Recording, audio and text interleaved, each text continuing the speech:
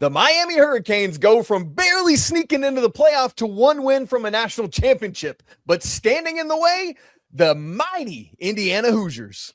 You're talking ball with the ACC Squad.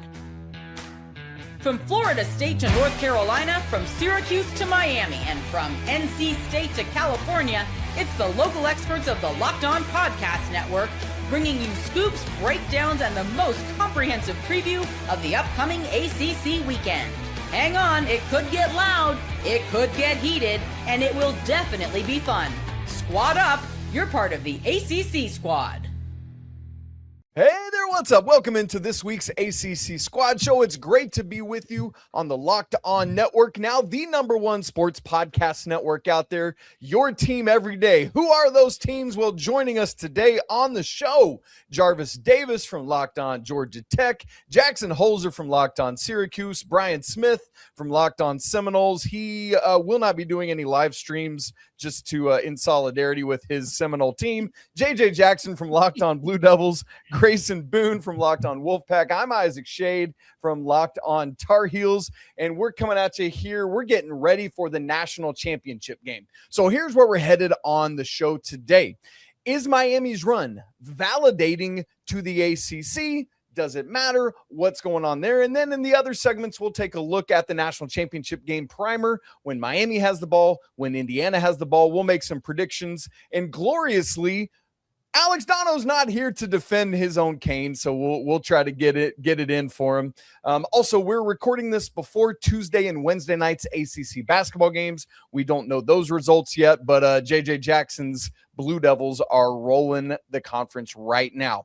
All right, boys, so let me just pose this big picture question to you. By the way, before we do that, this episode's brought to you by Game Time. Download the app, create an account, and use code LOCKEDONCollege for $20 off your first purchase.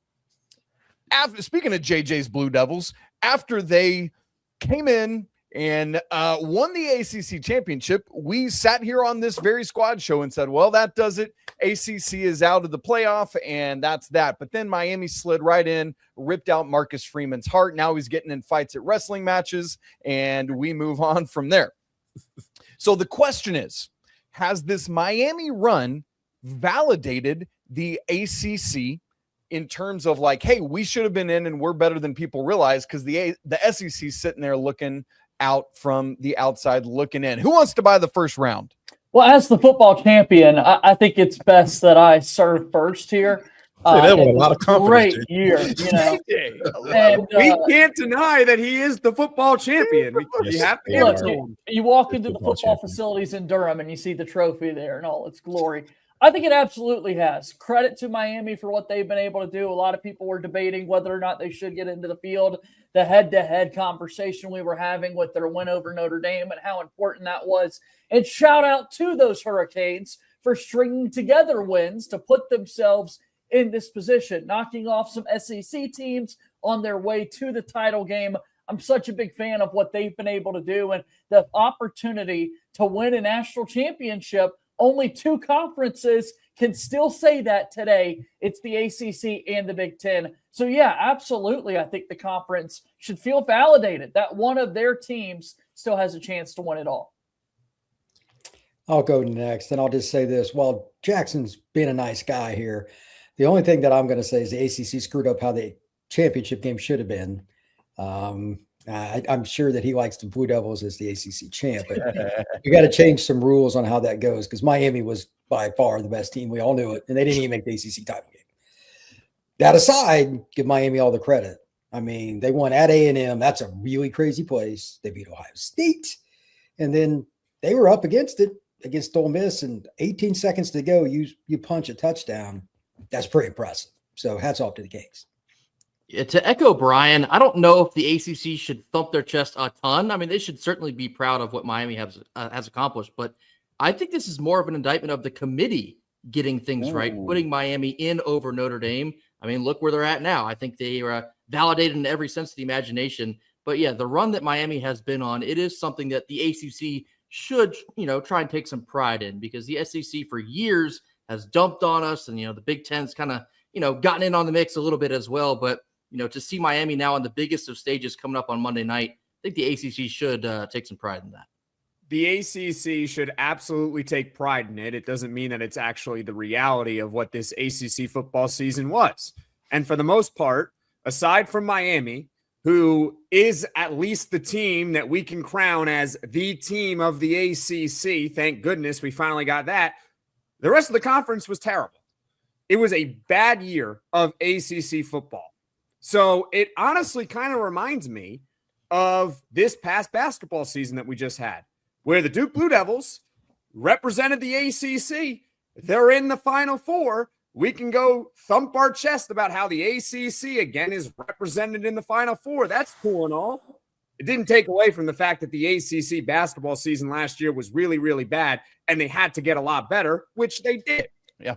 So maybe because of Miami's run, or maybe this momentum now with the ACC, they can parlay that into having a much better football season next year in total as a conference. Right now, it's Miami basically putting the conference on its back saying, yeah, guys, you're not actually all that bad. It was a great year of ACC football because we're out here in the national title game while you're all going to watch. But Jackson, look at the bowl records, baby. You know what I'm saying? That's like, come on now. They're right up there with the Big Ten and the SEC damn near at the bottom. Like, so, yeah, it's time to doggone pound your chest. You know, it's not just about Miami. It's about guys, what guys do in postseason football games. I know people don't think they matter, but they do. Because at the end of the day, it's all about what your coach can get your guys to do if you're not in the college football playoff. Because, you know, that stuff matters, man.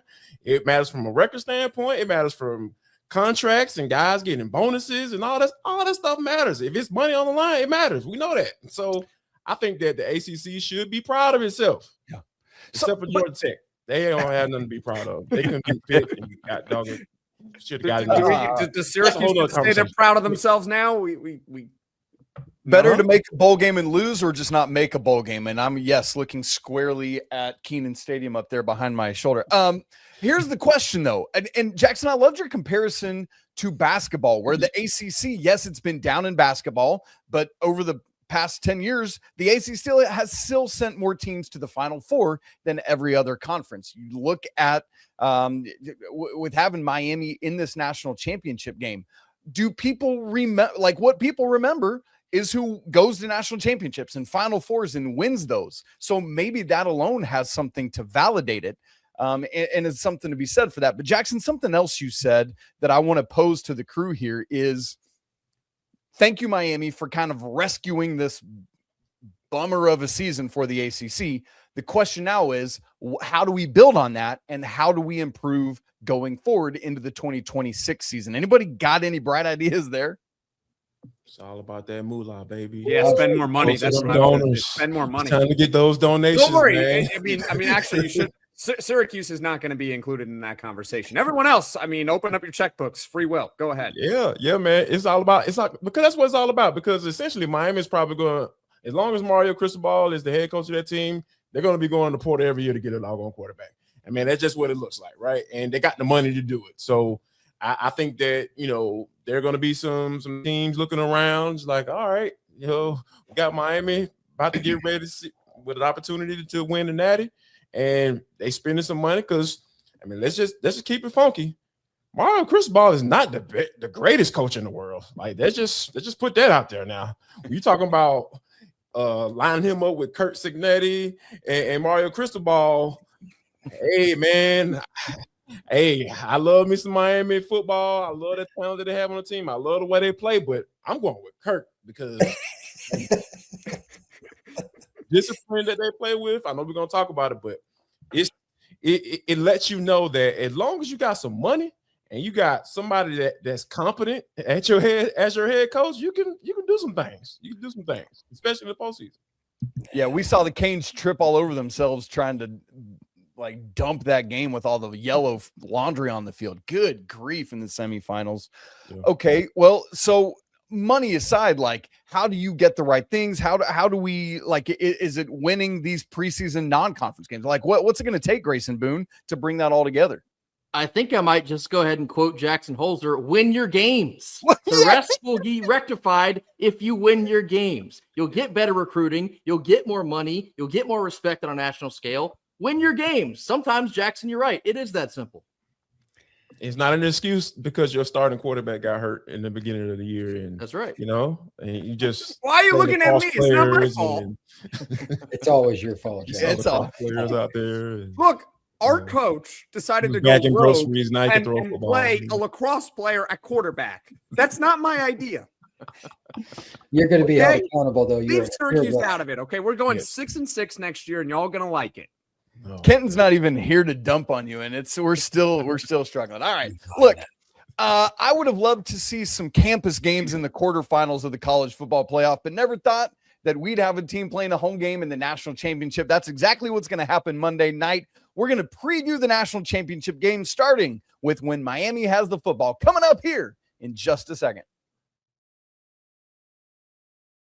Right after I tell you about game time, y'all, there's nothing like college football season. We got the national championship coming up, tailgates, a packed Hard Rock Stadium for once this year, and being right there in the middle of it all. The energy, the bands, the moments you remember forever. But getting tickets, well, that used to be the frustrating part with long lines, logins, prices jumping up on you at checkout. And that's why Game Time gives the advantage back to you, the fans. It's the easiest way to unlock amazing college football tickets in just a few taps. For the national championship game, there are tickets available for the low price of $3,112 as we record this right now. But keep your eyes on those tickets. It might go down as we get closer to kickoff. The app is incredibly easy to use. You can go from browsing to buying in just a few minutes. I love their zone deals that they have. You pick the section, Game Time picks the actual seats, and it's a great way to save even more money. So take the guesswork out of buying college football tickets with Game Time. Download the app, create an account, and use code LOCKEDONCollege for $20 off your first purchase. Terms apply. Again, that's code LOCKEDONCollege for $20 off. Download the Game Time app today. We want to thank you all for making Locked On ACC Squad Show your first listen or watch of the day. Thanks for making Locked On Network the #1 sports podcast network out there. Want to let you know about our brand new Everydayers Club, a way to get involved more deeply with each one of our shows or any other ACC shows that you love. Maybe your host isn't on here today. That's okay. There's 2 great tiers, including the all access tier. Check it out. That link is in the show notes. All right, boys. National championship coming up Monday night, January 19th, 7:30 Eastern on ESPN. FanDuel right now has an IU -8.5. Good grief. Here's how we're going to break this preview. Yeah, right. I couldn't believe that line. My goodness. We want to start.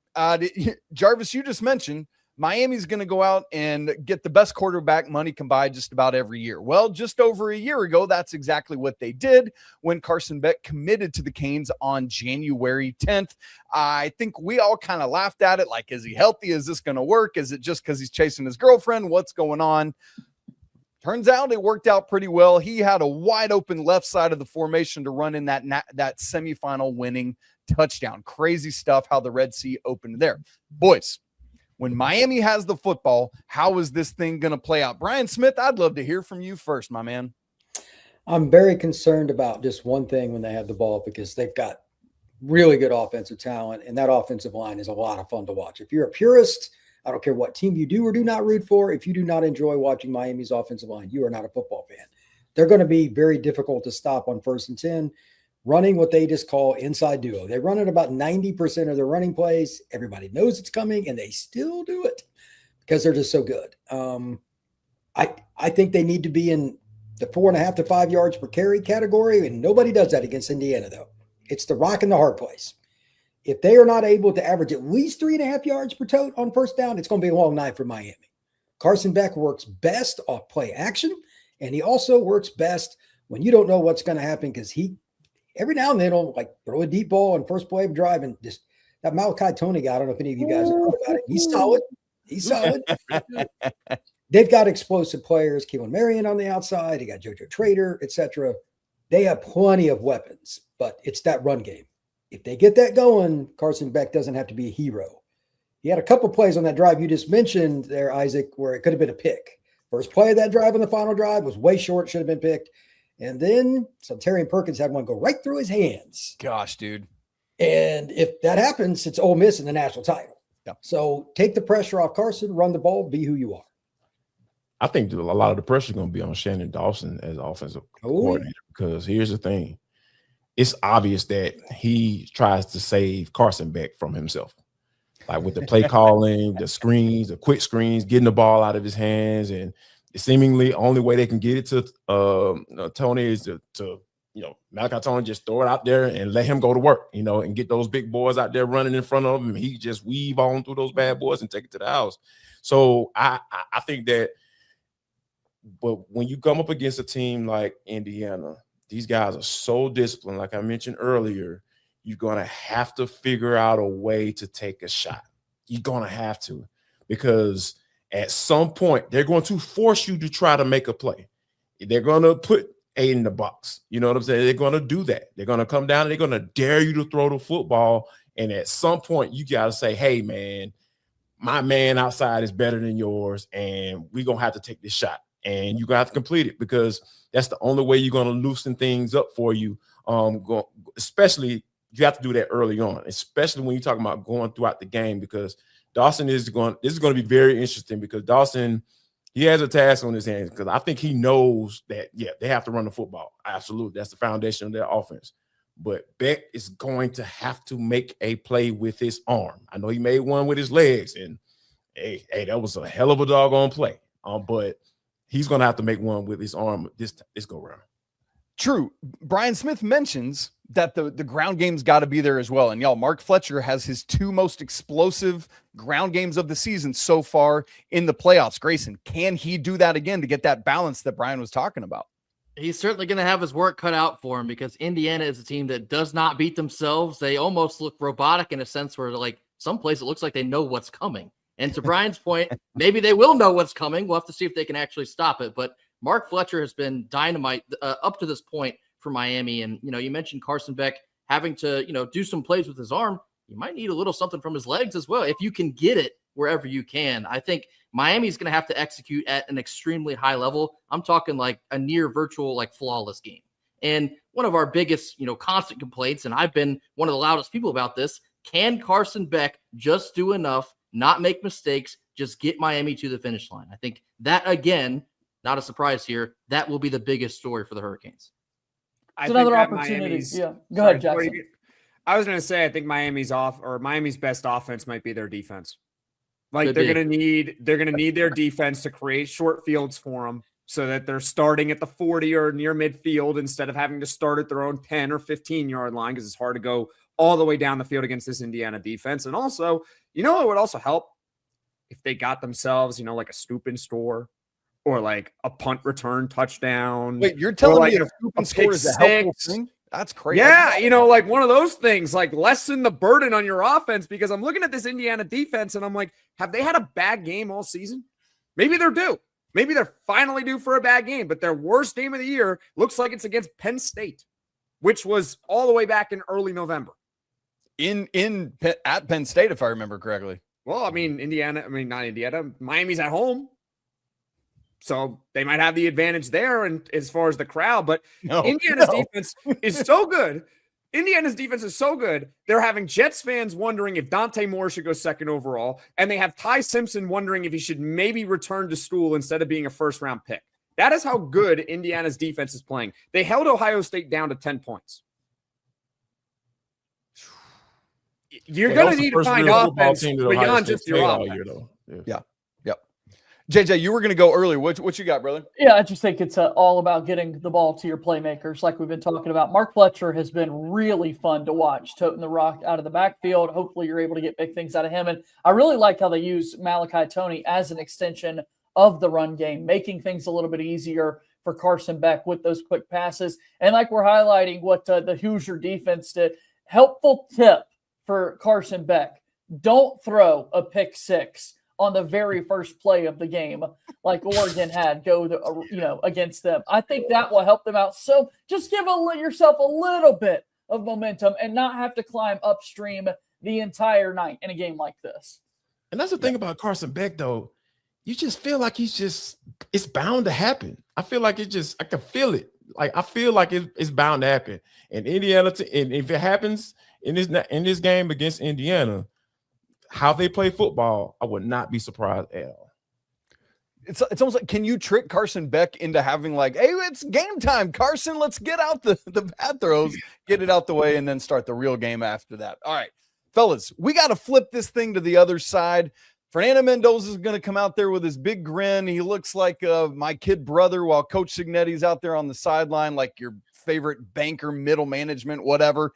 But this Indiana team, man, is not to be trifled with. How can Miami handle it when they're on defense? We'll look at that and make predictions for the national championship coming up to wrap the show in just a second.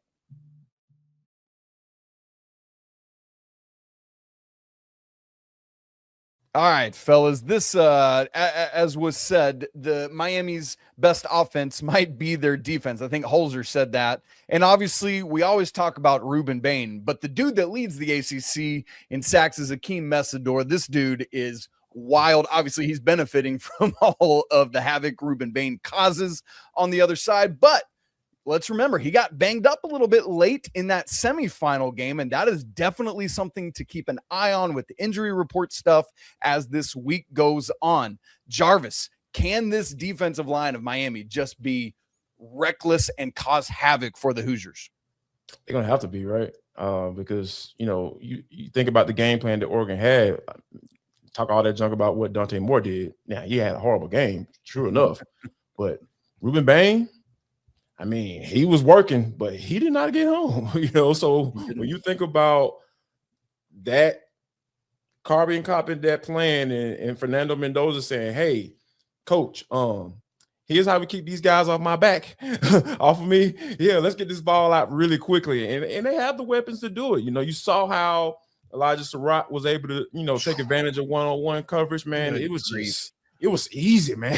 He's like, just put the ball in the vicinity, he's going to win. So I think that this probably one of the matchups that I feel like Miami is going to have one of their best games. And like Grayson mentioned earlier, you talking about the offensive side of football, we're going to have to play a perfect game. Shoot, this doggone defense going to have to play damn near perfect, because Fernando Mendoza is just on time, gets rid of the football.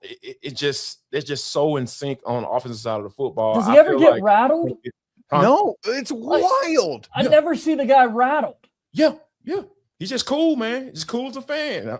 That's why I say, I don't know. You probably gonna have to heat this man up a little bit, but then you can put your secondary and one-on-one situations. And I just talked about how Surratt take advantage of that.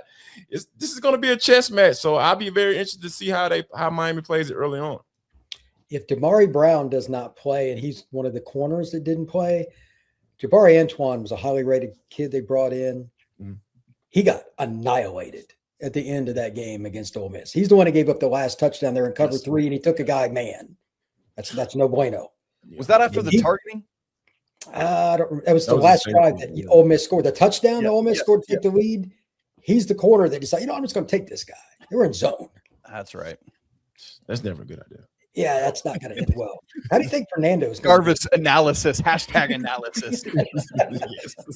This is the kind of game where, like, you got to remember, Cignetti and his staff, they operate like an NFL staff. Shanahan, like an NFL guy.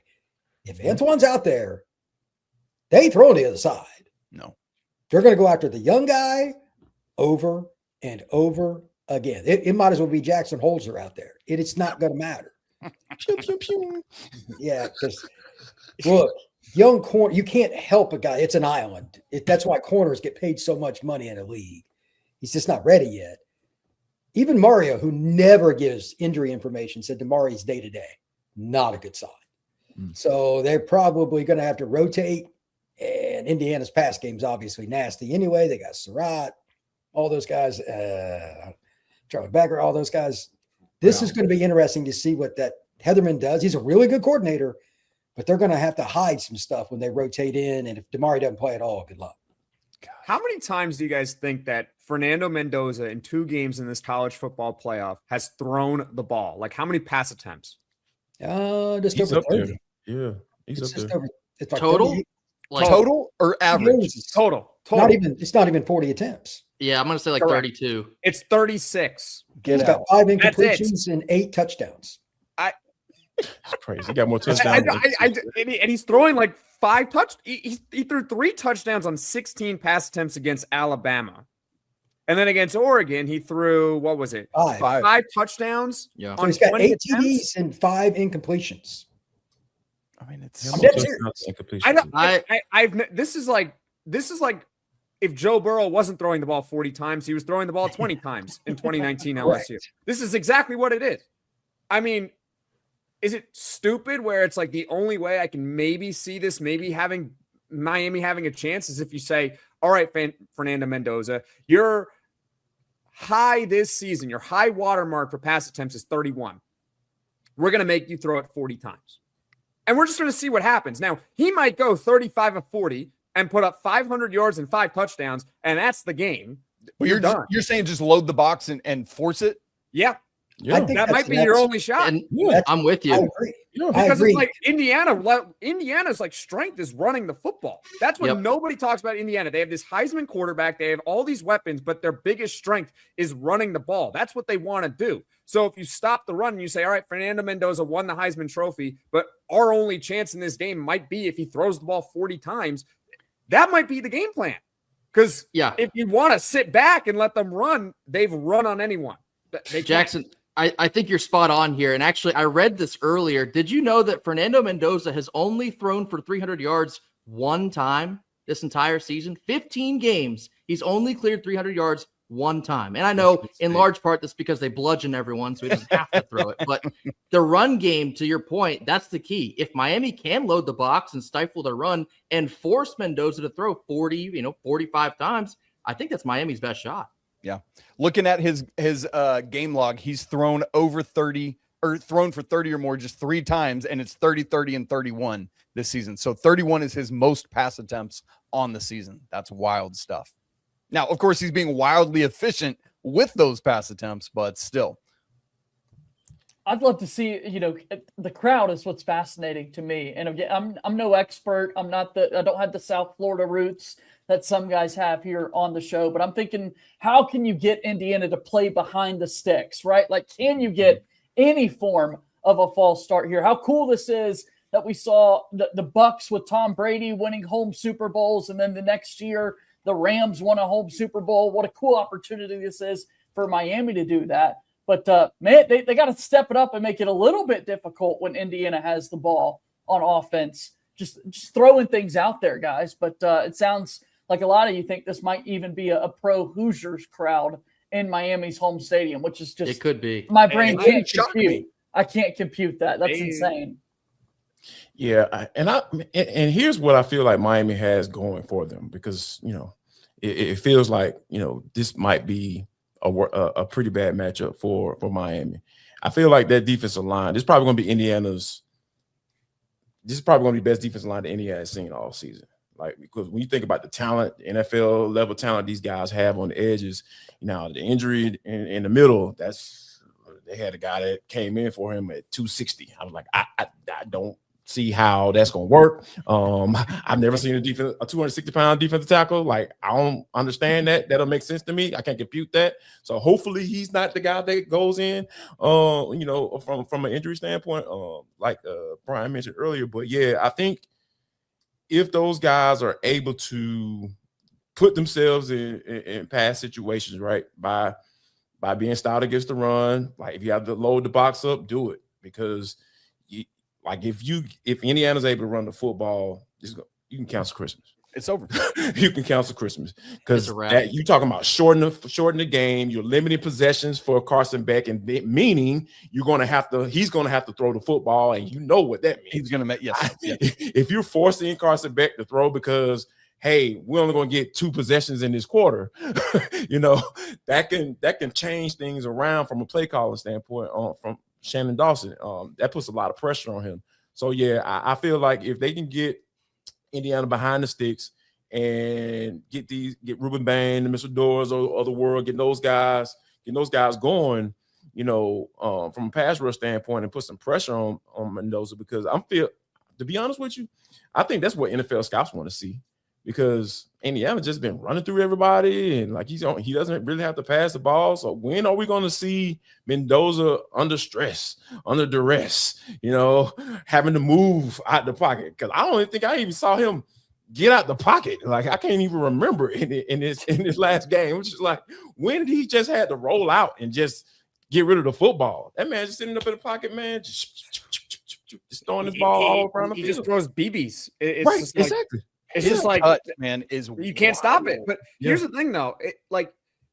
I think the formula for Miami is you have to, and this is just spitballing hypotheticals here, but if you get Fernando Mendoza to throw it 40 times and you hold him to around a 60% completion percentage, that's it. Like, that's the magic, or that's the formula. Because if you look at Fernando Mendoza's game log and you look at some of Indiana's closest games this season, it's the games where Fernando Mendoza was at his least efficient. But the thing is that it doesn't matter because he's not throwing the ball all that much.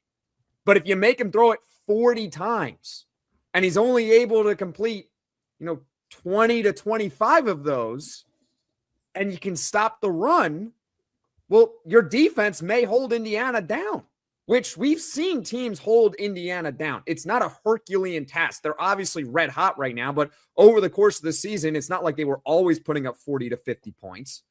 So that's the formula to me. If you stop the run, you force Mendoza to throw it, you can somehow win your matchups on the outside, hold him down to about 60%. A little pressure would help. You might be able to hold down Indiana to 17 to 20 points, which would give your offense a shot.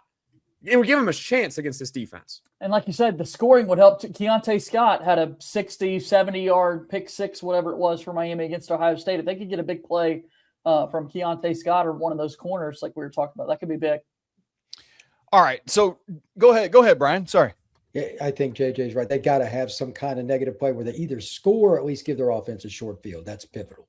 Yeah, key special team or big turning point plays always critical in these types of games. Who could be that dude that none of us expected to say his name that steps up and makes one of those types of plays? I'll be watching for that. All right, Jackson, you just talked about what could potentially be the blueprint for Miami. The problem is it's much harder to do that than it is to talk about it. So fellas, let's make some predictions. Is there a world when Miami could not even just cover this 8.5-point spread, but win this game outright? National championship predictions. Oh, let's start with Grayson Boone. Is there a world where Miami can win? Yeah, but it's going to take a lot. It's probably going to take a turnover or two, maybe, to your point, maybe a pick six, maybe a scoop and score. It's going to take something crazy, something unorthodox, like a punt return, something that, the national championship magic is what it's going to take. All that being said, I think Indiana's going to win. I think I have the Hoosiers 27-20. I think it'll be a good game for the majority of the game. There won't be a blowout, even despite it, the fact that it's in Miami. But I'm expecting a tight game, but Indiana, they're Indiana, which is crazy. Like, that's a real thing now. You say, oh, yeah, Indiana is Indiana. This new thing that happened in just a 2-year span. Kurt Cignetti is a robot. He might also be Clark Kent, but what he has done is unbelievable. And I think Indiana is going to win the national championship. JJ. Yeah, I hate to go against the Canes here. Obviously been promoting the ACC so much and really want the conference to claim the national title. That would just be pure cinema that I would absolutely live for. But this Indiana team has just been so good all season long. As a football fan, I'd love to see an epic title game come down to the end. We haven't said a single word at all about these kickers on either team, and you never know how college kickers could step up to a moment like this. So I think this one's close, but I think Indiana ultimately has a chance to win it. I just wanted to give the kickers some love, guys. Yes. Because they got to be ready to go. As well you should. Brian. If Damari Brown plays, I'll take Indiana 31-20. If he does not play, you don't want to know my score prediction. Because they will absolutely, unequivocally destroy whatever corner they put out there, Jackson Holes or whoever it may be. So I think Indiana's far better, and I just think they got the best coaching staff in college football. I'm glad to be playing for the Miami Hurricanes. That's a nice NIL check from me. I'll gladly take it. Some rev share money as well. That'll go towards my rent. There we go. Awesome. I got rent paid for like a year now. Thank you, Mario Cristobal, for putting me on the roster. And I'm going to lose, but it's okay. Miami does kind of have that team of destiny feel to them. And the thing is with teams of destiny is when they get to the championship game, it's kind of like that final boss. And again, everyone's going to count them out. and then they have to like actually prove people wrong one more time and have us all say, wow, they actually did it. They actually won. And I really, really, really badly want to pick Miami to win this game, but I just can't. I can't do it. So I'm going to go Indiana 27-13. Oh man.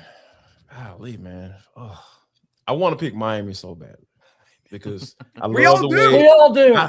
I love the way this defense plays. These guys play the old school Brian style knock ball. No. Brian's like, I cover Locked On Seminoles. You think Are I you want kidding to me? Hell no. but here- my Gator friends back at home, they cannot deal with Miami winning the national championship. They can't deal with it. So tell those friends they don't have to worry about Miami winning the national championship. And here's why I say that. When you have two uber talented teams, a lot of times it's going to boil down to coaching. The way Indiana's special teams look to me, I'm not used to seeing that in college. The way just the discipline that they play with, being where they're supposed to be, like it's a well-oiled machine that Signetti got going on down there. So I feel like they're evenly matched from a talent standpoint. And ultimately, when you got these big games like that, it comes down to the coach. So I'm taking Signetti over Cristobal. So I think this game ends up being 21-17. Jackson, you said Miami feels like a team of destiny. I think the Hoosiers feel like a even teamier of destinier, unfortunately, for our ACC squad show here. And I got to be honest, boys, kind of like Brian was saying, I do not think this is a close game. I think Indiana's just going to steamroll again, like legit, like 31-10. I'm thinking that kind of thing. Wow. It could be worse. Like legitimate. I just. That's some Carson Beck turnover stuff right there. Right. Well, hello, Jarvis. Guess what's about to happen, right? Yeah, like, yeah. And That's I what hate this sounds that like to because me. I mean, Indiana beat Oregon 56-22 and Alabama 38-3. I mean, like they could easily dominate Miami in this game, and I would not be surprised. and those were choose your score kind of games, right? Like it they could have done whatever they wanted to there. It was like Oregon. I mean, good grief. We don't have to get into it, but I just feel like Indiana's going to dominate yet again. And but we'll unpack it all next week when we're back here on the ACC Squad Show, either cheering on Dono or commiserating poor Dono and looking ahead to next year. We'll see what's going to happen there, but going to be an electric national championship game on Monday night. Can't wait to see it. I'm so glad to be together on the Squad Show. Thanks to all of you for tuning in with us today. For Jarvis Davis from Locked On Georgia Tech, Jackson Holzer, Locked On Syracuse, Brian Smith, Locked On Seminoles, JJ Jackson, Locked On Blue Devils, Grayson Boone from Locked On Wolfpack. I'm Isaac Shade from Locked On Tar Heels. Thanks so much for being with us. We'll talk to you next week here on the Locked On Podcast Network, your team every day. But for now, peace.